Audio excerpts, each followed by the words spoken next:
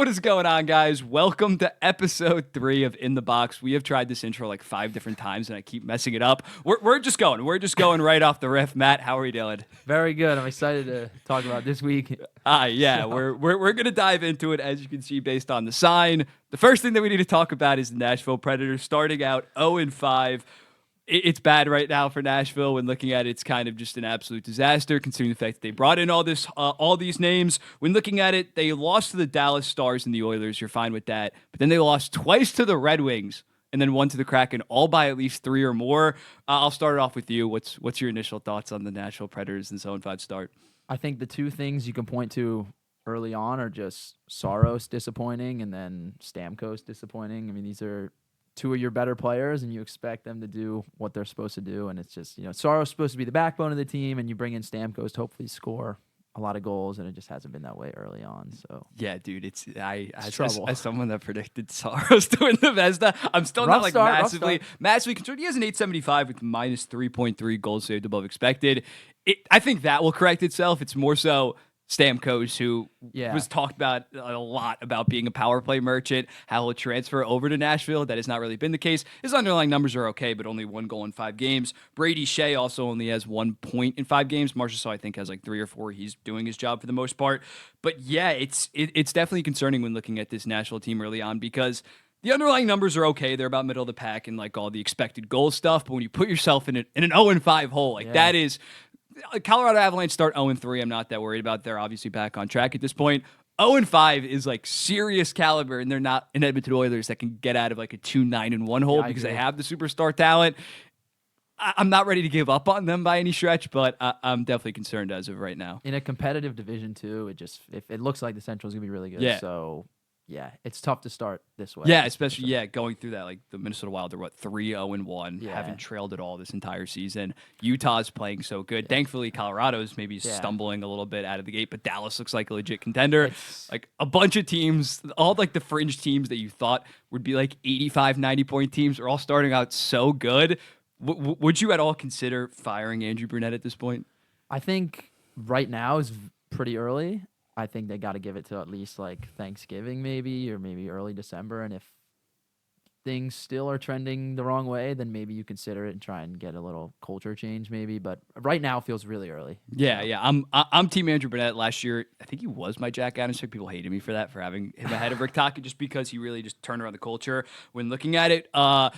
Yeah, I think it's too early because I do think he is such a good coach. If this was a guy in like his 3rd or 4th year and they weren't good in prior years, then you would definitely fire him. But considering just how good he was last year, I think you do give him a little bit of a leash. And when looking at it, they are getting unlucky in terms of finishing, in terms of goaltending. They actually rank 2nd right now in expected goal differential, only behind Edmonton, who obviously has had a hard start. They have an 11.4 expected goal differential.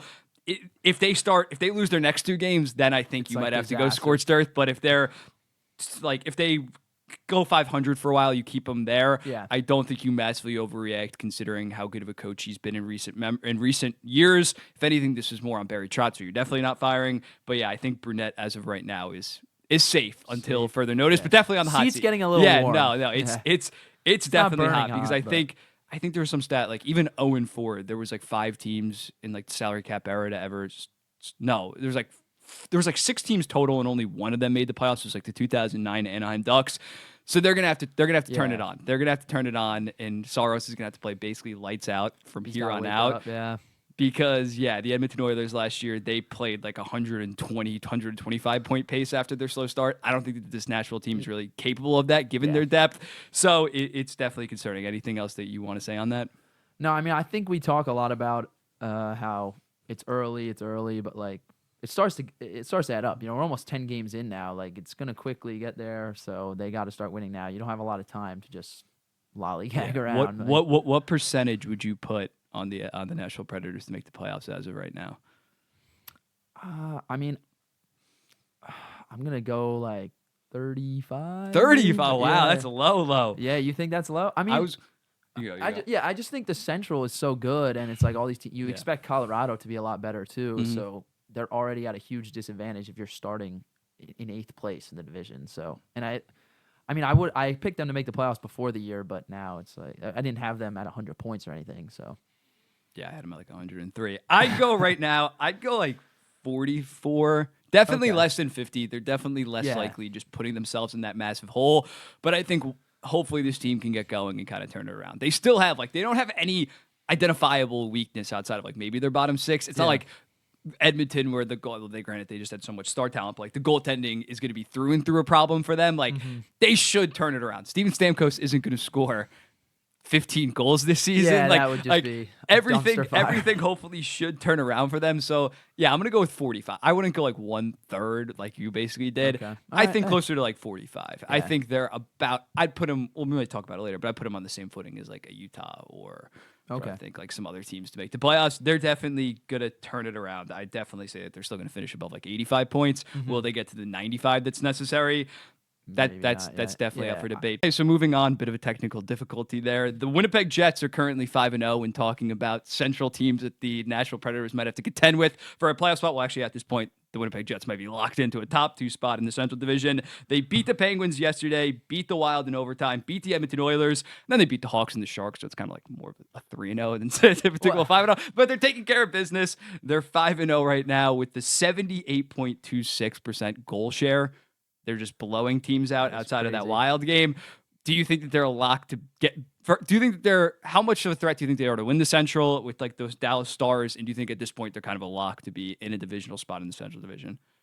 I'm not gonna go as far as a lock, but I'd say it's very likely because I just think even if stuff starts to trend in the wrong direction, you still have Hellebuck, who's just even so far this season, every time he just shows up in the regular season. So I don't know if they're going to win the Central with Dallas, but if I had to pick right now, I'd definitely say second. Yeah.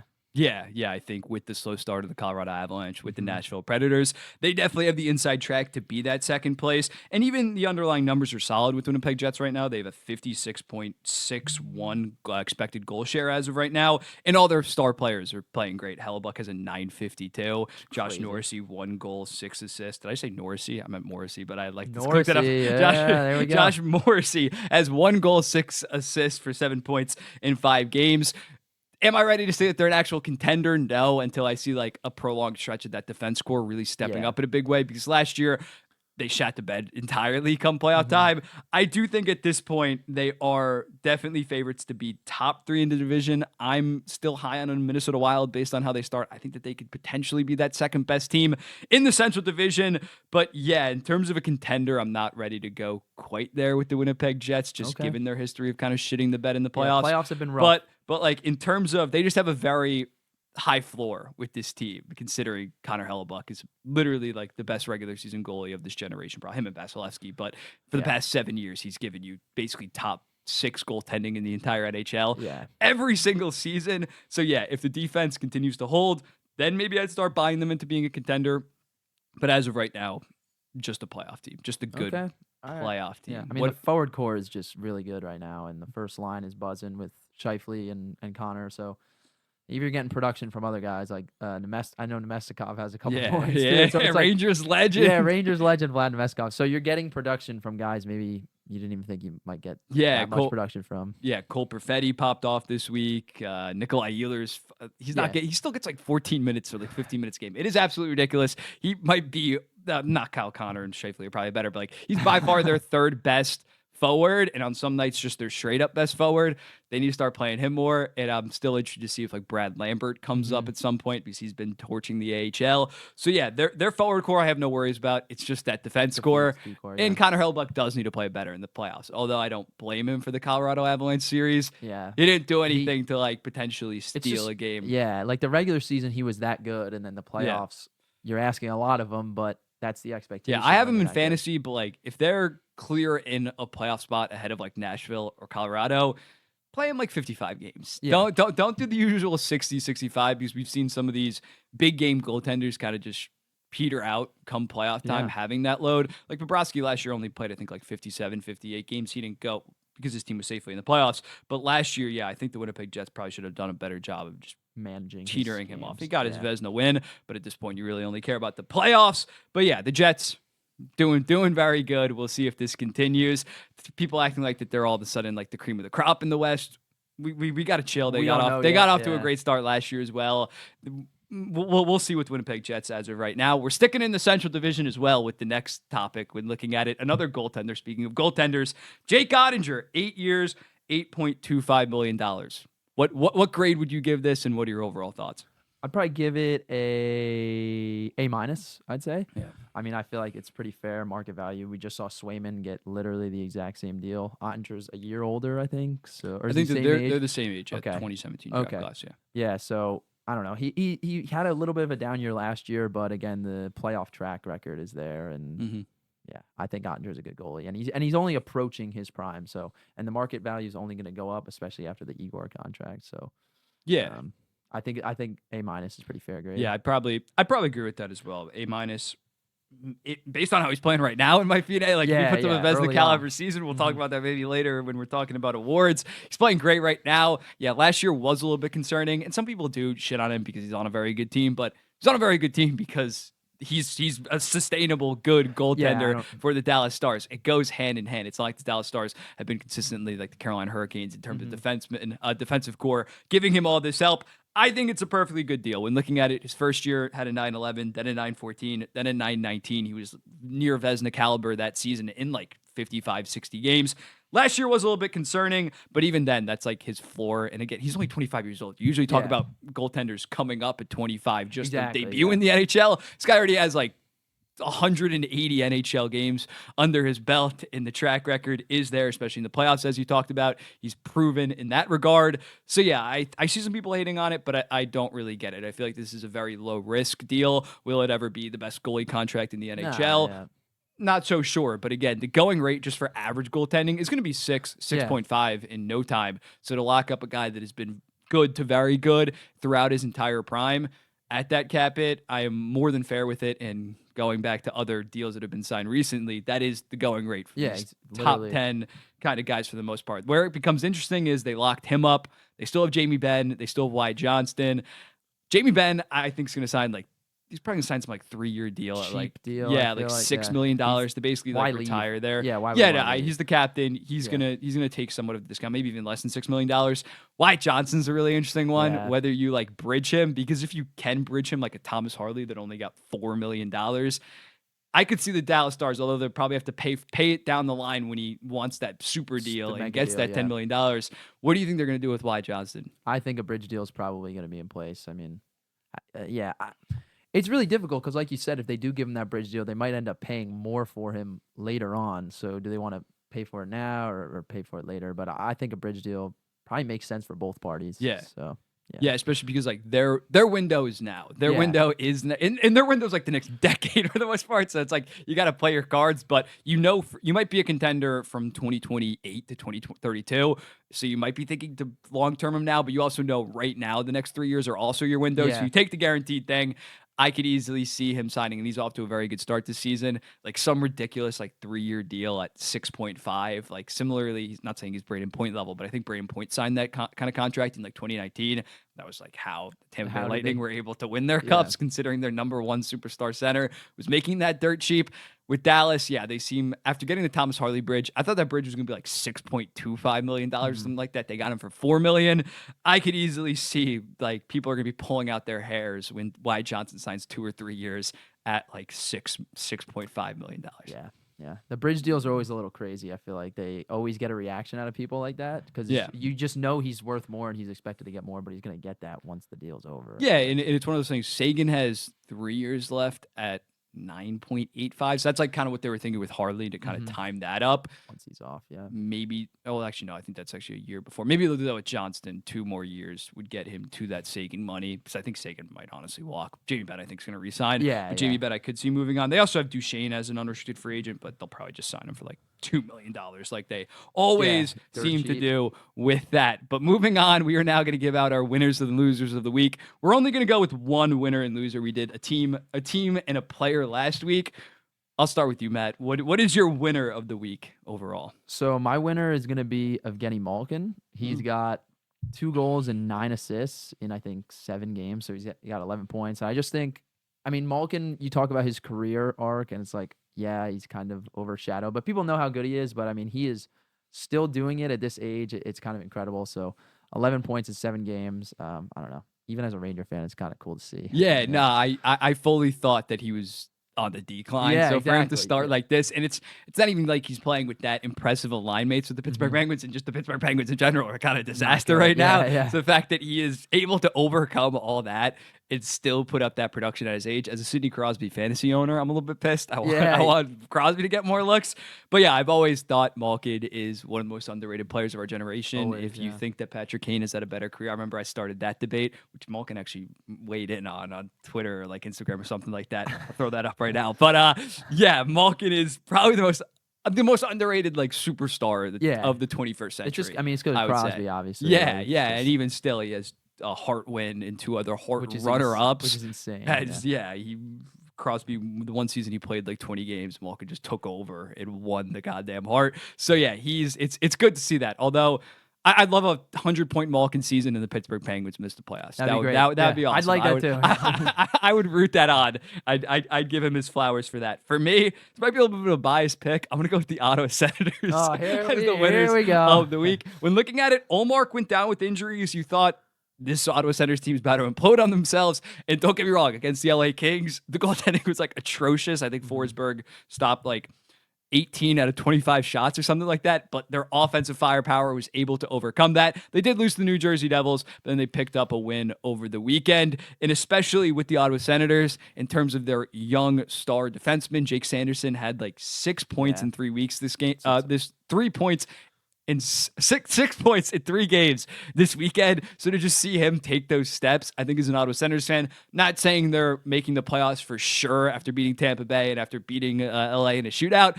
but I think you need to be feeling good about the future of your team. And even the team right now, beating a team like Tampa Bay, that in my opinion, I think might come down to the final wild card spot or something like that.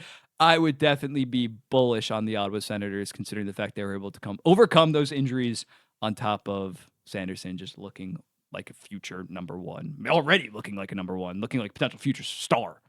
Yeah, I mean, this is your team, so you're ride or die with them. So I've been pumping. If you follow me, you drafted Jake Sanderson in fantasy, and you're. I got a couple of DMs.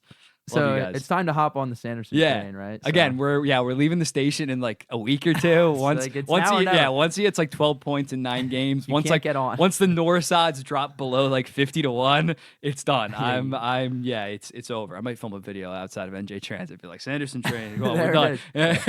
Conductor. But your loser of the week. Who's the biggest L? So I'm gonna stick with the Pittsburgh Penguins. This is my pick. Okay. I gotta start looking around. No, I have another one then. No. You can go.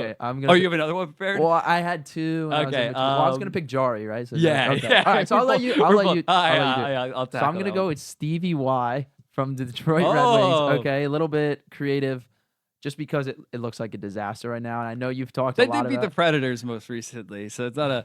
Is that impressive right now? Yeah. Okay, but I just think the defensive core is really showing its true colors right now. It's just like charade and mod. It's just like really like it's a gross defensive. Alex Lyon has played decent. But I don't know how sustainable that is in terms of Alex Lyon. And it's like you have a Alex Lyon who helped them last year kind of keep them in that race, and then Cam Talbot. It's just like, is that duo going to be any good? The D-core is not very good, and it's just like, I don't know. The plan is not really. I don't think they're going to be a playoff team at all. Yeah, and it's like, what do you do from here? So it's kind of ugly. So that's Yeah, at least Marco Kasper got his first NHL goal. It's like the one thing to look forward to. But yeah, they're beating up on the dog shit. Yeah, they beat on the Predators. We just talked about them. It's not impressive right now. Yeah, when looking at that, it's definitely tough. Yeah, I didn't tell him to pick Eiserman or anything. That was completely organic. Yeah. I'll go with Tristan Jarry, though. When looking at him this week, played okay in the first game, stopped 25 out of 28, but then allowed 3 goals on his first 5 shots in his second game of the week, got pulled. They went on to actually win that game. And now he's getting healthy scratched, which is bad. That's insane. I've always defended Jarry in prior years. Last year was disappointing, but before that, he was like 4 straight years above a 909. Mm-hmm. I don't know what the hell's going on. This is like Jack Campbell level, like mentally. He is just absolutely gone. And yeah, you can get Malkin balling out like he's 23 years old, and you can get all these other guys looking pretty good to start the season. But if Tristan Jarry is just going to completely shit the bed like he has recently, it's going to be ugly. It's not going to be good for the Pittsburgh Penguins overcoming that big of a goaltending deficit. I'm not sure how Pittsburgh really gets over, especially when you have teams like the Islanders. Sorokin looks like he's back. Varley is playing good, are playing solid as well. You get teams like the Capitals with a good tandem. If your goaltending just completely goes by the wayside in the Eastern Conference right now, it is a couple weeks massive deficit. Yeah, it's Tristan Jarry and Mike Sullivan might be on different teams, and in like a couple weeks or something like that, it's bad. It's bad. Yeah, just the healthy scratch thing really put it over the top. It's like we don't even trust you to back Bloopers. up. Yeah, yeah, it's not like there's two studs on deck, or it's just I don't know. Yeah, Blomqvist might be something like down the line. Yeah, but he's still like okay. 20. Yeah, he's a solid prospect. But yeah, Ned, it's just what Blomqvist. It's bad. It's really bad. And I agree with you. I've been a Tristan Jarry guy recently too. I mean, he had years of success, but it's just really bad right now. And that's the last thing the Penguins needed was for him to be that bad because they have other question marks. So that's just rough. Yeah. All right. We're going to move on to something that we're going to call playoff contenders or pretenders. We're looking at it. We're going to be going through the teams that we maybe didn't think were going to be or didn't predict to be in the playoffs that are having pretty solid starts, and whether or not they're going to be in the mix come like the final couple weeks of the season. Are they legit playoff contenders? Not saying they're going to for sure be in the playoffs, but final week or two of the season, will they be playing important games in April? So we're going to start it off with the Calgary Flames. I'm going to go probably pretender. I think it's a little early for them. I know they're like 4-0-1. They're off to like a really nice start, but yeah, I don't know if Dustin Wolf and whatever and Vladar. Yeah, Vladar. Yeah. And then the forward core, it's like hopefully you can get some Huberdeau production and some Kadri production, but the bottom six is pretty rough. So yeah, I don't know. They weren't supposed to be that good, and they're starting off really hot, but I'm not a believer in it. Yeah, I think that my bet might be cooked in terms of the 81.5. I think that might be toast. But in terms of an actual playoff threat, I still can't quite go there with the Calgary Flames. Their goaltending tandem might be better than we expected, but I still think it's kind of below average and inexperienced. The forward core, I think, actually is like solid. Maybe not. It's average. It's average. Goals, I think Connor Zary is really impressed early on. Anthony Mantha is really fit, especially I think he's playing with Jonathan. Jonathan Huberdeau has slowed down a little bit, but he's playing with Huberdeau and Pospisil.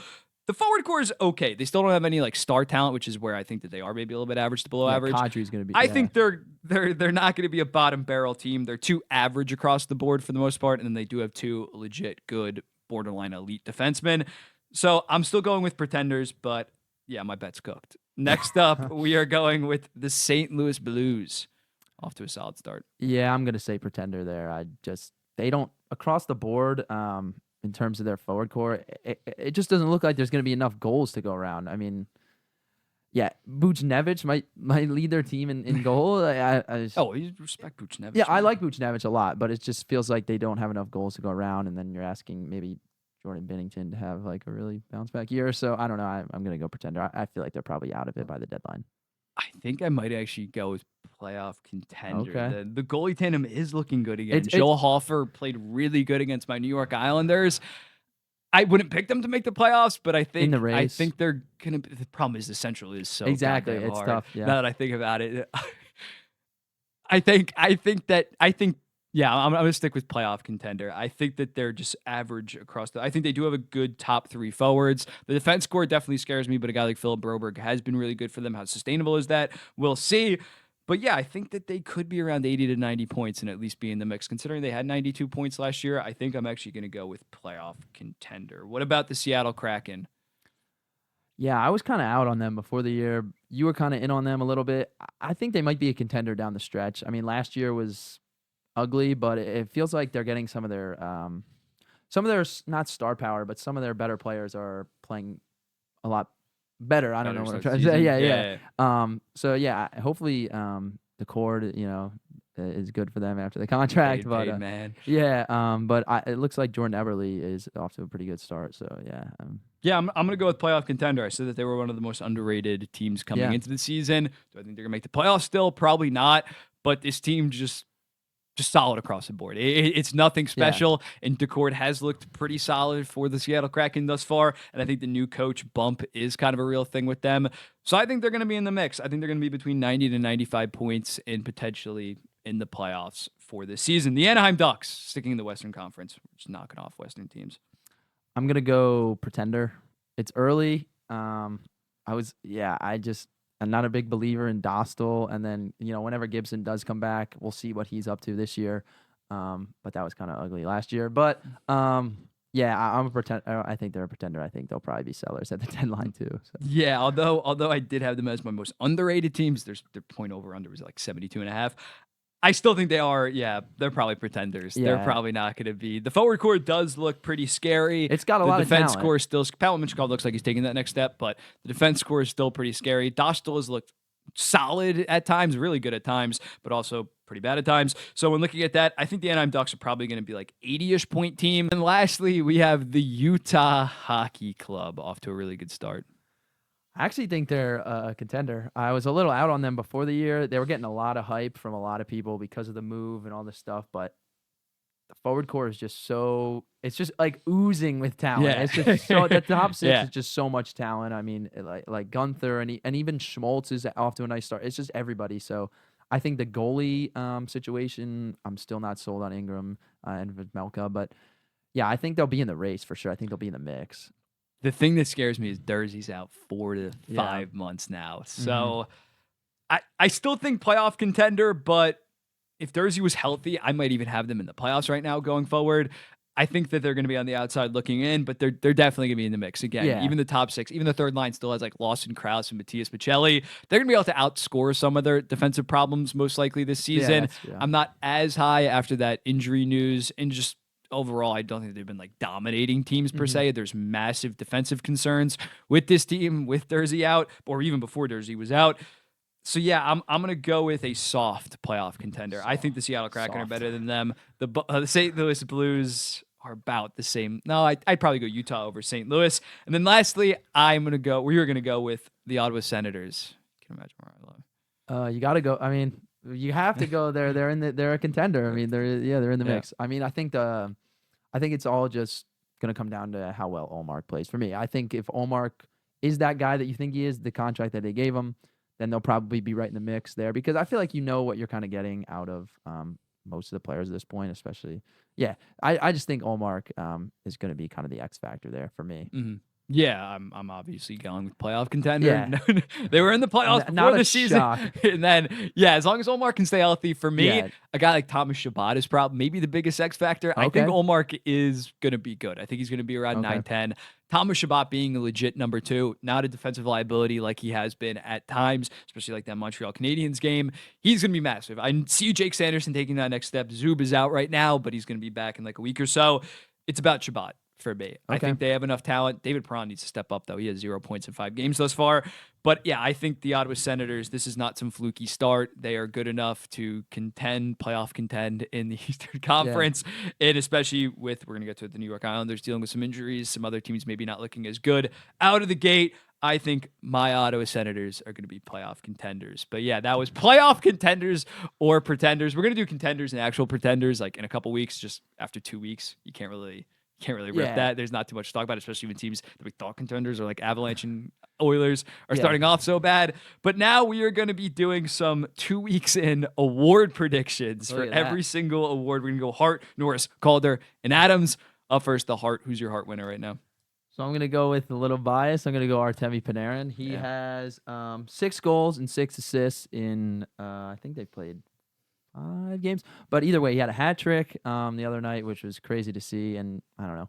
Panarin's he's one of the boys. And after the year he had last year, obviously the playoffs have always been disappointing. That's been the big question mark, but you expect hopefully another 100-point season. So early on, he's tied for the league in points. So I'm going to pick him. Yeah, 6 and 6 and 5 is absolutely disgusting. I don't blame you for doing that. For me, I'm personally going to go with the goalie. I'm going to go with Jake Oettinger, who we already talked about, 4-0. Okay. When looking at it, Dallas's underlying numbers have not really been that pretty. They're actually like a bottom third team in terms of expected goals. So a guy like Jake Oettinger has had to really step up in a massive way, and he has like 6.6 goals saved above expected. He's kept this team in games and won them games for the most part. When they played the Edmonton Oilers, they were straight up the worst team, but Jake Oettinger kind of stonewalled them for the most part. So I think early on, you might have to go with the goalie, considering the impact that they have once we get further down the line. I don't blame you for going with Artemi Panarin, but a guy that has really stood on his head early on, because I feel like the narrative is usually that he gets carried by the Stars. He's full on carrying the Stars. right now. So as a result, that's going to spoil one of my other predictions. I'm not going to go with like Connor Hellebuyck for Vezina. But I think right now my pick would probably be Jake Oettinger just balling out for Dallas. Okay. Yeah. Okay. Next up, we got the Norris. So my Norris pick might be a little boring too, but I'm gonna go Cale Makar. He's got all about the points. He's got 2 goals. Okay, he got 2 goals. He's got 2 goals, 10 assists in 12 points in how many games they played? 5. So same thing. It's the points are insane. We'll talk about him later again, but the point total is gonna get up there. So early on, I'm gonna go with him. Yeah, that's not the best numbers outside of McKinnon and not on the power play. And as a result, I'm going to go with Adam Fox. I'm going to go with the early Ranger to be my Norris pick. When looking at his numbers at 5-on-5, he's a 71.4% goals percentage. Expected goals, he's 5th in the entire NHL among defensemen with 70.3%. So he's dominating at 5-on-5. And then all situations with that power play on top, it's even better. He's 3rd in the entire NHL. He's been great. He's been great, not only offensively. Don't get me wrong, Cale Makar has definitely been better offensively. But I think when defensively, when you factor that into start and just overall, I'm going to go with Adam Fox. Cale Makar, especially after last night, he had another 3 or 4 point night. He was like 7th on my Norris leaderboard. I move him up some spots after that, but I think in terms of an overall two-way guy, Cale Makar would definitely be if they voted right now, they would definitely give it to him. Exactly. Those offensive point totals are so ridiculous, but I think the common man's Norris pick right now would be, I guess not really the common man. The nerds pick, which is valid. Yeah. Like it is you've always talked about it. It is a defensive award, so it shouldn't just look at point total like Makar. But I think Makar's still good on defense. It's absolutely disgusting right now what he's doing, and Devontae's has missed some games as well, so that doesn't help. But for me, I'm going with Adam Fox. What about you for the Vezina? For Vezina, I'm going with Hellebuyck. Yeah, you picked Oettinger. They have about the same numbers. Yeah, it was between Hellebuyck and Oettinger. Hellebuck's 4-0. He's got a 1.25 goals against and a 952 save percentage, which is just absurd to think about. So, it's either him or Oettinger at this point. The one thing I would push back on Hellebuyck, he's been great, don't get me wrong.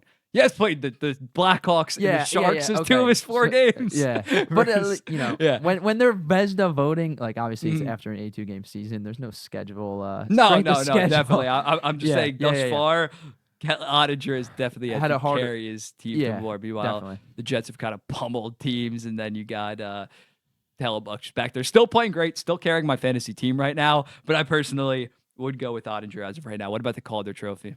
So I went with Stankoven. He's yet to get a goal this year, but he's got 7 assists in 6 games, I think. So playing on that first line in Dallas. When you're over a point per game as a Calder early on, that's pretty impressive. So I just picked him. Yeah, I'm gonna go with Cutter.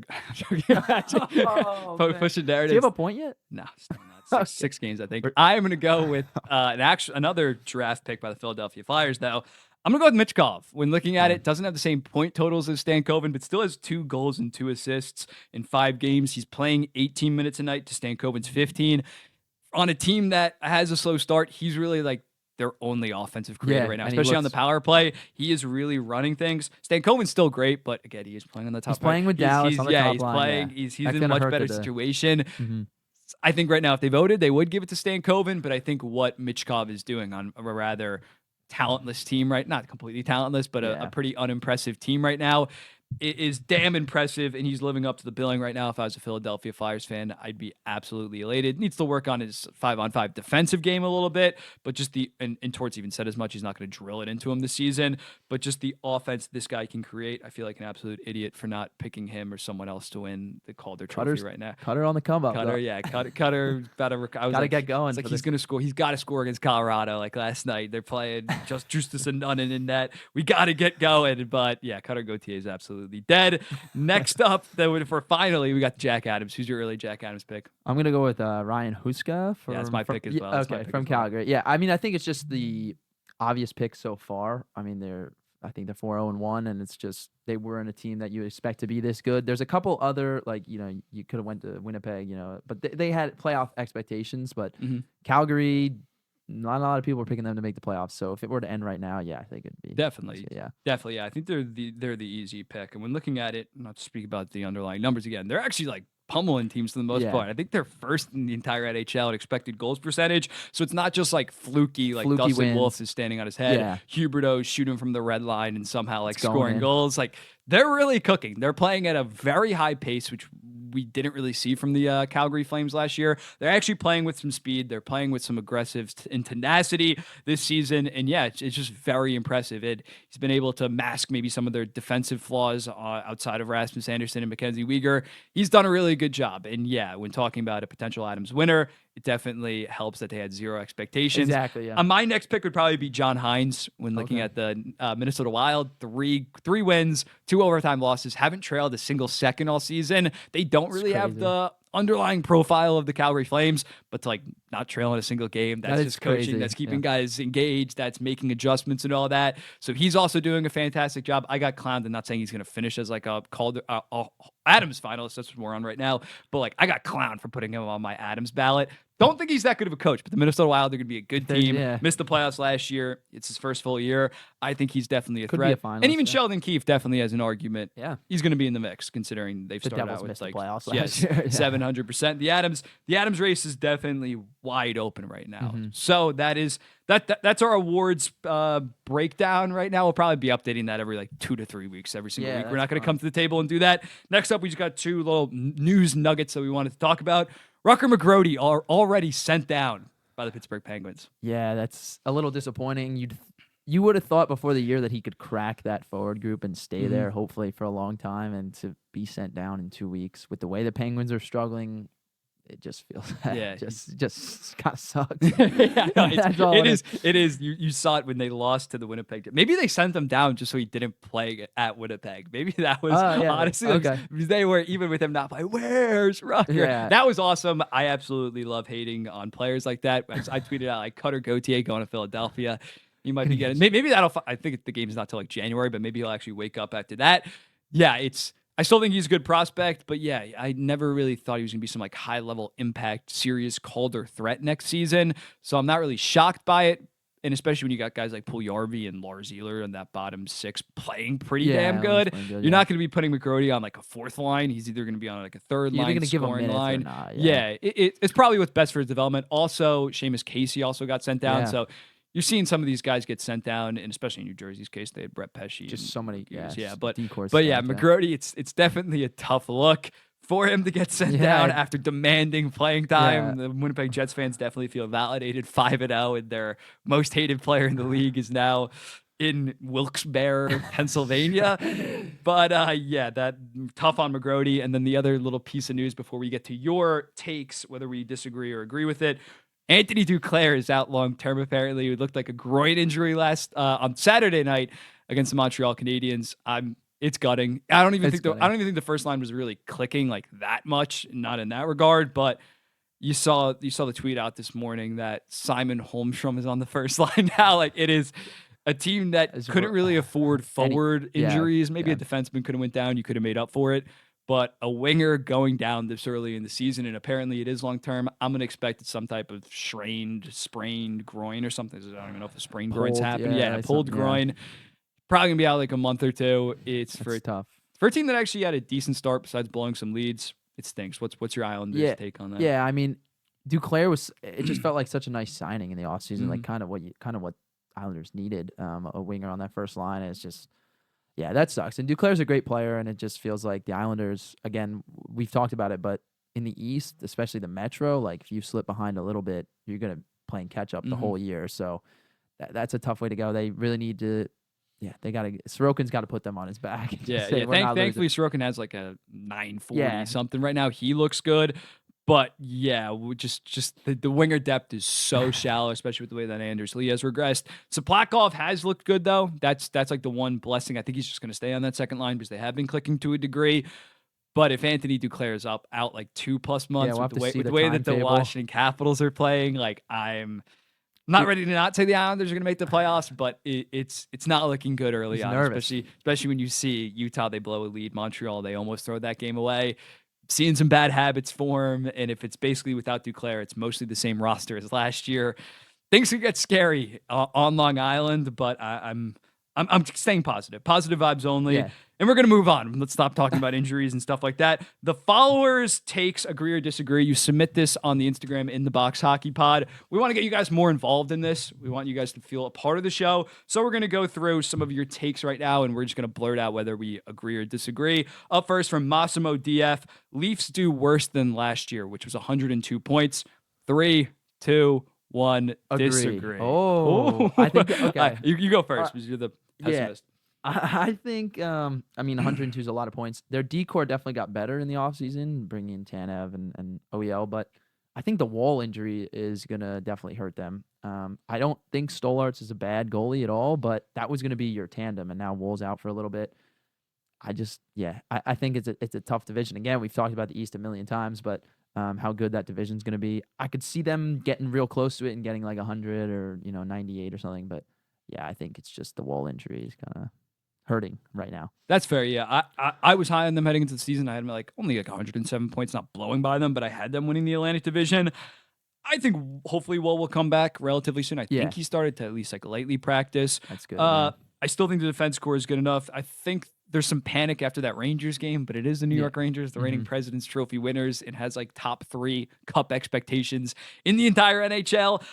The forward core might scare me the most in terms of the wingers right now. They actually moved Tavares down to that third line. Will guys like Bobby McMahon, will guys like, I don't even know, like Matthew Nyes really take that step? That's where maybe I can have a little bit of concern. I think Craig Berube will get this bunch safely into the playoffs, especially when looking at Florida. It's not like Florida or Boston have really had that good of starts. Yes, teams have Ottawa and Tampa Bay have looked very good, but I still think the Leafs are easily better than them in the regular season. So I'm not ready to panic. I still think they're going to be able to take care of business. And when looking at it, their 2 losses have been Rangers and Montreal Canadiens, where Montembeault had 48 saves. Yeah, they need to get a little bit physical, and they need to get in front of the net and make the goaltenders' lives a little bit harder. I remember Steve Dangle tweeted something like that. Sheldon Keefe 3 years ago said that. Berube said that last night or 2 nights ago.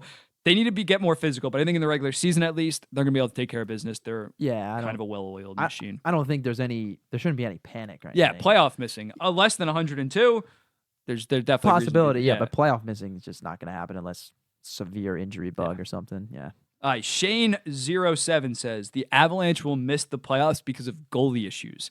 3, 2, 1, disagree. Okay. Yeah, I think Justus Annunen played really good last night against the Anaheim Ducks. Not saying he can be a legit number 1 goalie for them, but they're already back on track. What are they, 3 and 4 at this point? Yeah, and it just feels like even last year, Goryev wasn't. Was not. He's had a sub 900 save percentage, and they were in the playoffs pretty comfortably. So.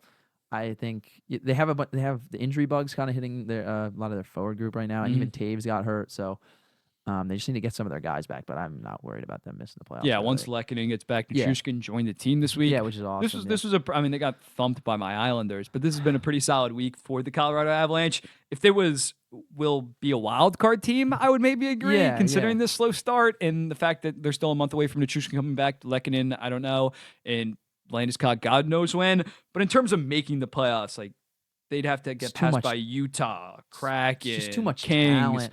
And McKinnon and Makar missing the playoffs just feels insane. We saw it this week. Those guys can just take over games. It was against lesser opponents, but they can just take over games. They're not going to be denied of the playoffs. Yeah, I don't think so. I think. Yeah, they might not be top 2 in the Central like they haven't been in, or they weren't even last year. They've just barely missed it from the Winnipeg Jets, but still, they had 108 points last year. Their regular season wagon, and especially now that they've gotten back on track, this was probably submitted before last night's game. So now that they are back on track, they're not in some massive hole. I'm not worried about the Colorado Avalanche. We got one from Trent Jan saying, Makar hits the 100-point mark, 12 points in 6 games. 3, 2, 1, disagree. Oh, your Norris pick. Yeah, my Norris. That's just so many points. That feels insane for a defenseman. I know the offensive talent is there. I could see him. I mean, that's a good question. I could see him getting really close, and it wouldn't surprise me at all if he does get it. But yeah, he's off to an insane start, but 100 points just feels absolutely insane. For me, if I knew that he was playing 100, if I knew he was playing 82 games, you'd pick him. I think I would say 100 points. I think even last year he had 90 and 77. That's 96 point pace. So he's right there. Yeah. I could see him, but again, this guy is a walking 5 to 10 game injury every single season. That just derails your literally chances. has missed at least like 5 games every single season without fail. Some seasons, I think the average is probably like 12 games a season. So that's my main concern. But yeah, I could see this power play. The top end guys just have to play early on, like Kemba Carson plays 26, 27 minutes a night, and he just does rack up. And obviously he's on pace right now. But yeah, just 100 is so absurd, and I don't really think that he doesn't really care about the personal awards at this point. Like Eric Carlson on that dog shit team, he wanted that 100 points. He was cheating up on every single play. He was fucking moving. Power play, he was just... he was moving and grooving. He was basically a third or fourth forward out there at times. I think Kemba Carr end of the season is going to be like, I got to get 100 points. I got to get my second Norris. Yeah. I think he's going to be more concerned about the playoffs, considering this is a team that is been underwhelming in the playoffs the last 2 years. I think Kemba Carr not going to be in coast mode towards the end of the season, but I think that it's not going to be on his mind, especially after an award-winning season for a guy like Nathan McKinnon last year. I think they're going to maybe peel it back at the end of the season. We got one from Emil Koivunen. He says, Anton Lundell, 60 points. He has 8 in 7 games right now, 4 goals, 4 assists. 3, 2, 1, disagree. Okay. That feels like a lot. I don't know. Yeah, he had 35 last year as a rookie. He had like 44 and 65. He was really good as a rookie, then fell off a little bit. I'm going to go with disagree just because if Barkov was out like 2 months, I can maybe see it, get off to a hot start, keep around point per game. I just think that he's probably going to go back to that third line once. Yeah, everybody's healthy. Yeah, like I don't think Bennett's going to be on the third line. He has been really good with Reinhart and Luosterainen, but Reinhart's also and him are shooting like 31 and 25%. Their underlying numbers aren't that great. I think Lundell, 50 points, I would say yes, just because Florida is a very good offensive team and he's going to run with it the next couple of weeks as that number one center, or at least playing with some of the top guys. But 60 points as basically your third line center seems a little bit. And he's not even on, I said in a video, he's not even on top power play right now with Barkov out.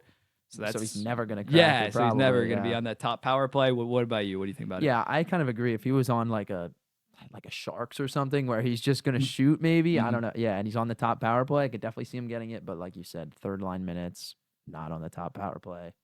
Feels like 60 would be that. I mean, it could definitely happen, but that would be quite a terrific season if you're getting 60 points on the third line. So. Yeah, at $5 million, that would be that deal. I mean, that deal is looking fantastic regardless. But yeah, if he takes that next step, I think the following season, I think there's a decent chance that they might not re-sign Bennett. Really? Because Bennett's probably going to want like $6.5, $7 million. So like, and he's 28, 29 years old. He's going to want like an 8, 6, 7, 8 year deal. I think they might tell Bennett to kick rocks and then Lundell, not kick rocks. You know what I'm saying? We have your replacement. We'll just give a third line center like $2 to $3 million to basically replace you. Because I don't think you can just keep on. Although he's only making like good third line money at $5 million, I don't think you can just keep on pushing Lundell down for the next decade or whatever. Yeah. He's gonna have to pop off at some point, and he is popping off right now. So I think next season might be this season's gonna be a solid step, and then the following season could be a real Lundell breakout. Wouldn't shock me if he had 60 points, but yeah, I think you might have to see an injury to Sam Bennett. You might have to see a prolonged injury to Alexander Barkov, God forbid, because right now the minutes don't really seem, and the opportunity doesn't really seem quite to be there for Lundell. When speaking about point and goal totals, our last one is from Dan Vizlaki. He says, Kreider, 50 goals this season. He has 5 goals in 5 games right now. 3, 2, 1, disagree. Yeah, I hope he gets 50, but yeah, I mean, he's just gonna have to be such a power play hog if he wants to get 50. I feel like he's insane in front of the net, the deflections and the tip-ins, but 50 feels like a lot, especially since at 5-on-5 with him and Zibanejad and Riley Smith, it might not be that great. I think he's probably a 40-goal scorer, but 50 feels like a lot. I could see 45. I could definitely see 45 if he's just that net front presence on the power play. Get him, because again, even when he scored 53. The shot 35 chart, of them were in front of the net. Chart was solely like tips, and that's a skill. Don't get me wrong, but yeah, it was a decent amount of luck, just slamming on pucks. Similarly to Zach Hyman, who we're seeing struggle early on. But yeah, I think 45 is definitely possible, but 50. Chris Kreider being a 2-time 50-goal scorer. If you told me that 3 to 4 years ago, I'd say shut the hell up. Yeah, a guy who couldn't even crack 30 when he was like 26. Now he's going back to back, but it's definitely impressive what he has done in terms of the last 3 seasons, being around the solid like 40 and 40 guy for the New York Rangers. He's a great player, but it might even make Team USA for 4 Nations. I could easily see that on the 4th line. But 50 goals just seems a little bit far It'd be a lot. out there. It'd be crazy. Seems a little bit far. I hope we get 60. Yeah, imagine. But that is episode number 3. Anything else you got for us? No, I think we had a pretty good podcast. Yeah, I think we went for like 45 minutes. Like, comment, subscribe, all that good stuff. Follow the Instagram so you can be more involved with that. We're probably going to turn that into a reoccurring segment every single week. Feel free to DM me any ideas, any constructive criticism. 3 episodes to go. Still working on the overall presentation of it. I got to get like white lights or something like that to make it more pop, and I got to get a new camera. But yeah, hope you guys enjoyed. We'll be seeing the next one. Peace. All right. Yo, what is going on, guys? Welcome back to episode 3 of... I can't say welcome back to episode 3. Yo, what is going on, guys? Welcome back to another episode of the podcast. I don't even know. Yo. Yo, what is going on, guys? Welcome back to episode 3 of In the Box. I'm, as always, I can't say as always. Next week you might not be here. Welcome back to another episode of the podcast. It's episode 3. We have made it to episode 3. We're probably like... I don't even know what I was saying there. I'm thinking too much. Yo, what is going on? Oh, what was that? That was me.